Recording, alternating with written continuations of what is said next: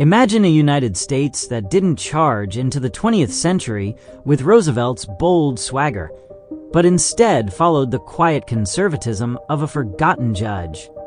What if the man who lost in a landslide in real life actually won? What if Alton B. Parker, the Democratic nominee in 1904, defeated the larger-than-life Theodore Roosevelt and became president instead? How would this shift the future of America's foreign policy, environmental protection, or even its role in world affairs?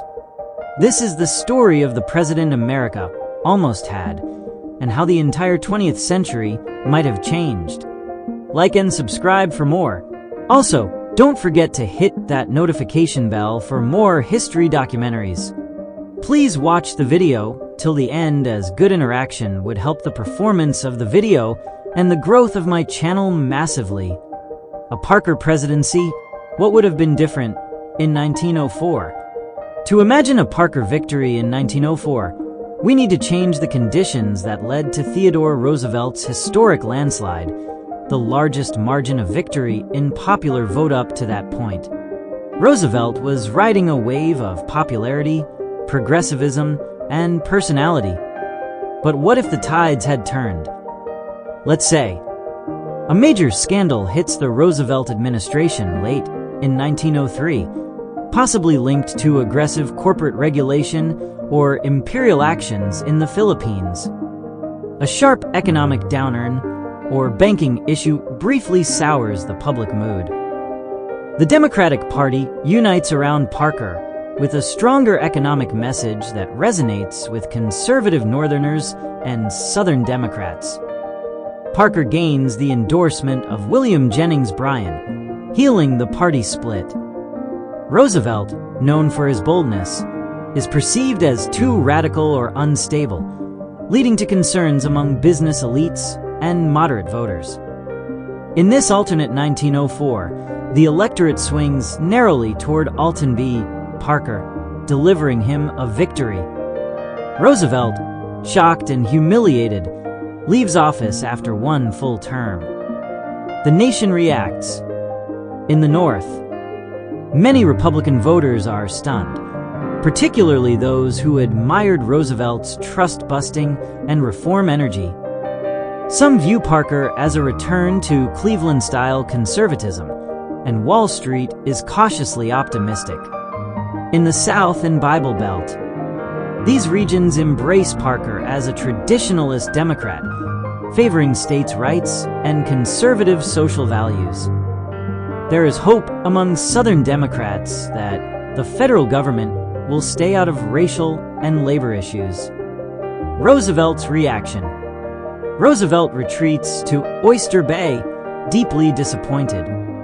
He immediately begins writing and campaigning from the sidelines, intending to run again in 1908, perhaps even as a third-party candidate. President Parker, a conservative in a progressive era. Cabinet and policy agenda. Parker appoints a Cleveland-style, conservative Democratic cabinet. Gold standard supporters, pro-business moderates, and legalists. No firebrands, no populists. Domestic policy. No square deal. Parker avoids sweeping reforms. No Pure Food and Drug Act or Meat Inspection Act. Little interest in trust-busting. He believes in judicial restraint and laissez-faire economics. Environmental protection likely stagnates. No push for national parks or conservation. Labor issues remain unresolved. Strikes are dealt with passively or with deference to local authorities. A cautious hand abroad. The Russo-Japanese War.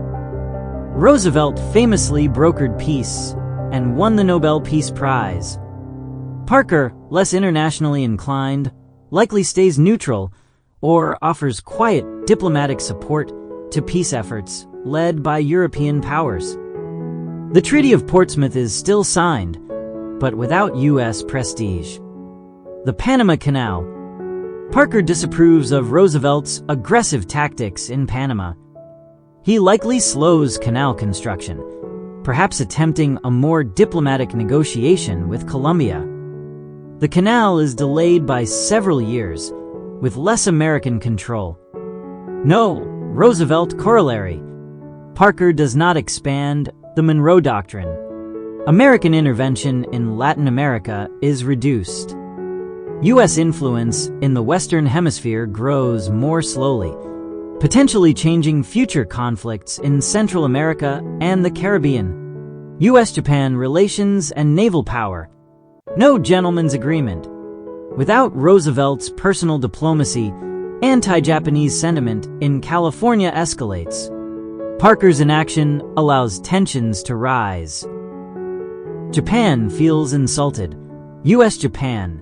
Relations cool, potentially leading to an earlier Pacific confrontation. No Great White Fleet. Parker has little appetite for symbolic displays of naval power. The U.S. Navy grows modestly, lacking Roosevelt's global bravado. The message of American strength is not sent to the world. No conservation revolution. Roosevelt preserved millions of acres of land.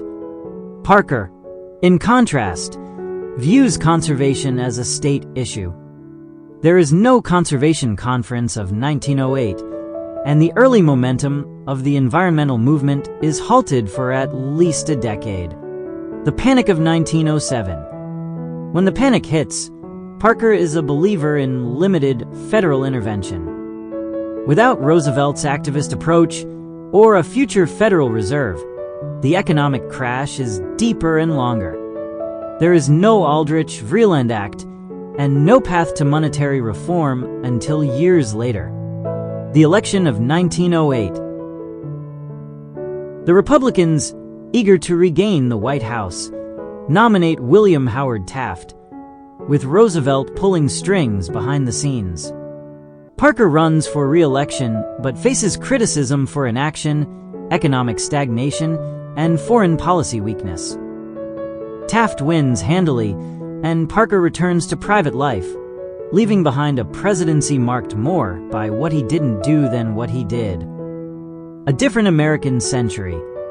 Without Roosevelt's progressive momentum, the progressive era is delayed or led more by Wilson than Roosevelt.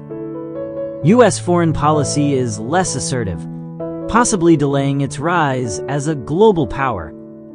Conservation efforts stall, and corporate regulation is postponed. Labor movements grow more radical in response to federal inaction. A third-party progressive movement, potentially led by Roosevelt in 1912, gains even more support than in our timeline. Parker's legacy. Alton B. Parker is remembered as a transitional figure, a quiet judge who held back the tides of reform. Historians rank him as ineffective, though some praise his judicial temperament and dedication to constitutional limits. He becomes a symbol of the missed moment, the president who could have led America through change, but chose instead to preserve the old order. Conclusion. History turned on a dime in 1904. Roosevelt's victory propelled the U.S. into a new era of reform, activism, and global leadership. Had Parker won, the 20th century might have looked a lot more like the 19th. But now I ask you, what do you think? Write your opinion and version of the story in the comments below. Please be polite and kind. If you want to know what would have happened if Bryan defeated McKinley in 1896, click on the video on the left. Thanks for watching.